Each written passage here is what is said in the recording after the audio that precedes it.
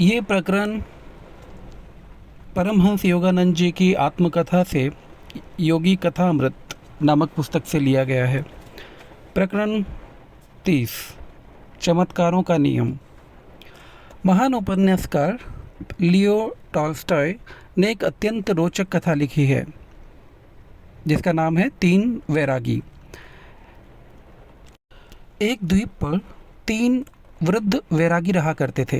वे इतने भोले भाले थे कि उन्हें केवल एक ही प्रार्थना आती थी, हम 3 हैं, तू हे ईश्वर 3 है, हम पर दया कर। इस अत्यंत सरल और सीधी सादी प्रार्थना के समय महान चमत्कार प्रकट होते थे। वहाँ के तथाकथित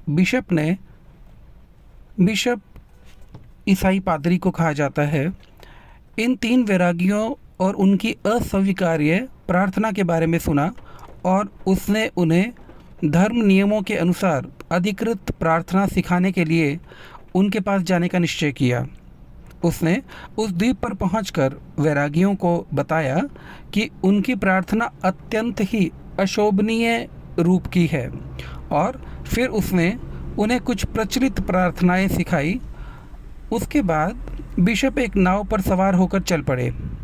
उसने नाव के पीछे आते एक दीप्तिमान प्रकाश को देखा। जब वह प्रकाश निकट आया तो उसने उस प्रकाश में उन तीनों वैरागियों को देखा जो एक दूसरे का हाथ पकड़े हुए नाव की बराबरी में आने के लिए पानी की लहरों पर ही दौड़ रहे थे। जब वे बिशप के पास पहुंचे तो उन्होंने चिल्लाकर उनसे कहा, आपने हमें जो प्रार्थनाएं सिखाई थी वे हम सब भूल गए हैं। उसका यथावत पुनरुच्चारण करना सरल नहीं प्रतीत हो रहा, इसलिए हमारा आपसे अनुरोध है कि कृपया हमें उस प्रार्थना को एक बार फिर दोहरा दें। अत्यंत विनम्रतापूर्वक बिशप ने उनसे कहा, हे प्रियजनों, अपनी पुरानी प्रार्थना ही आप लोग जारी रखें। अब प्रश्न ये था कि ये 3 वैरागी पानी पर कैसे दौड़ रहे थे। ईसा मसीह सूली पर लटके मृत शरीर को पुनर्जीवित कैसे कर सके। लाहिड़ी महाशय और श्री युक्तेश्वर जी कैसे चमत्कार घटित कर पाते थे।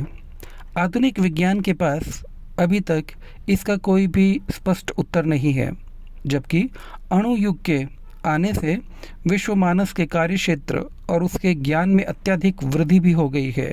मनुष्य की शब्दावली में अब असंभव शब्द धीरे धीरे महत्वहीन सा प्रतीत होता है।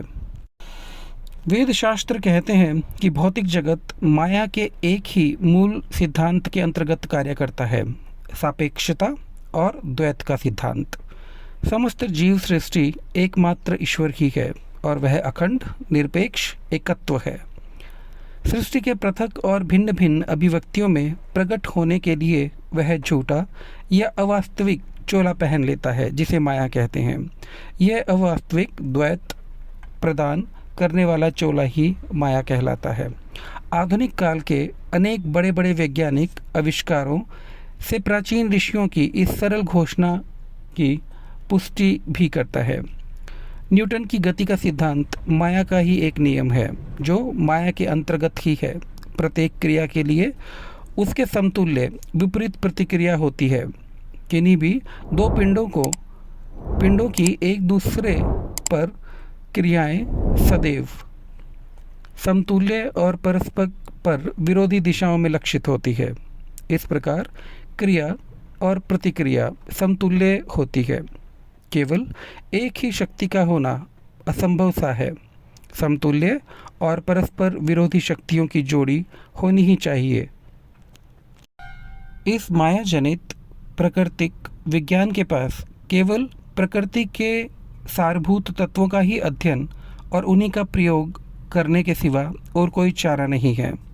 पहले से ही अस्तित्व में आए हुए और कार्य करते हुए ब्रह्मांड के नियमों का पता लगाने की तो उसमें क्षमता है, परंतु नियम बनाने वाले विधाता और कार्य चलाने वाले जगत नियंता को ढूंढ पाने में वो असमर्थ है।